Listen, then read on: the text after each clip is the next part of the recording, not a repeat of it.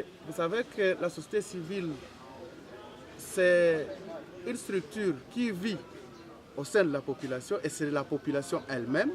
Et que donc, dans toutes ces démarches, elle devait plus envisager ce que la population a besoin.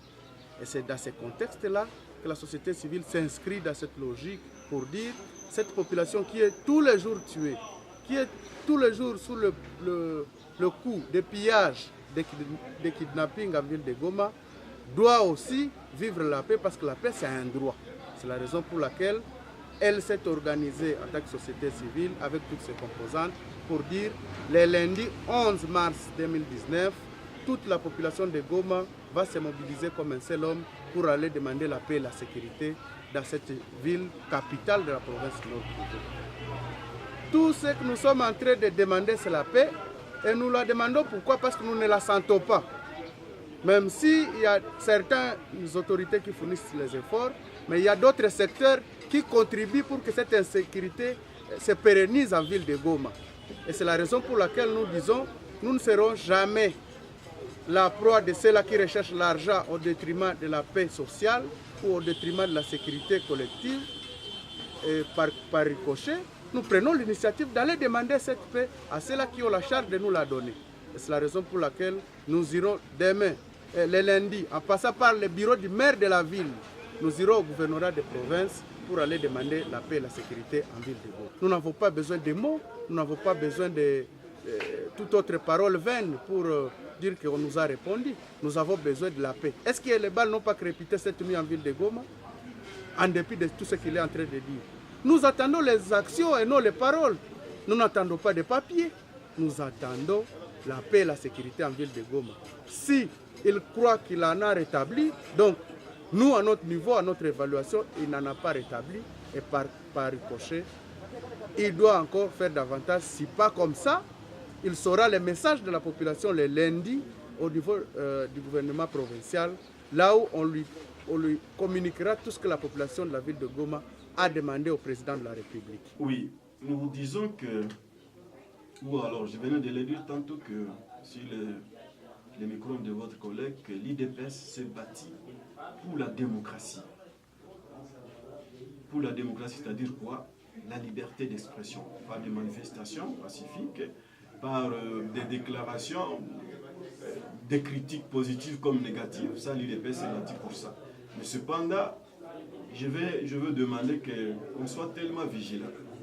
Parce qu'en système politique, il y a toujours ce qu'on appelle les camouflages. Je pense que les organisations citoyennes, là, je demande qu'ils sont vigilants, ou alors vigilantes. Vigilantes pourquoi? Sinon, on risquerait de penser, si réellement, on va sentir que ça va dans le sens de réclamer la paix, nous le soutenons. Mais ceci, c'est pour jouer un jeu. C'est-à-dire quelque chose qui ressemblerait à une manipulation. C'est là où ça devient un danger.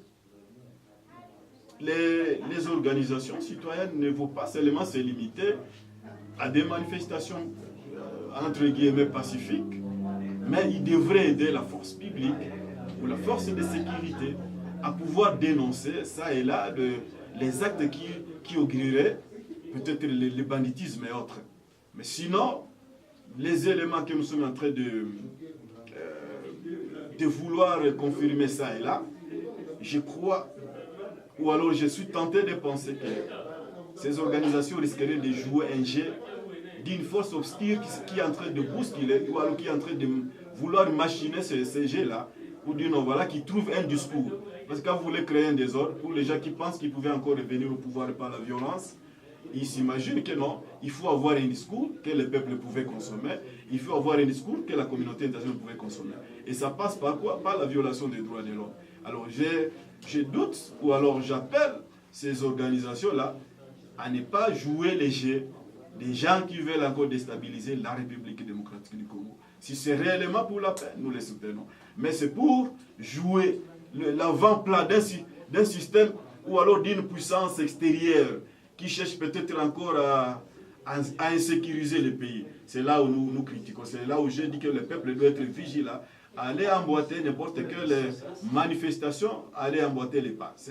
Ça, nous savons, à un certain moment, on tire ficelle, vous allez manifester, le lendemain, on dit, les autres manifestent. Voilà, ça prendrait l'ampleur.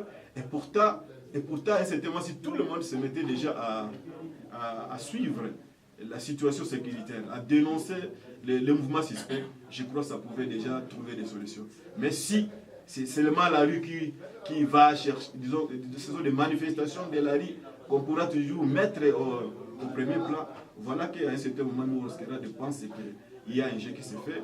Nous avons fait, à un certain moment, l'opposition, et à nos côtés, nous avons senti la présence de ces mouvements citoyens. À un certain moment, on savait comment c'était financé.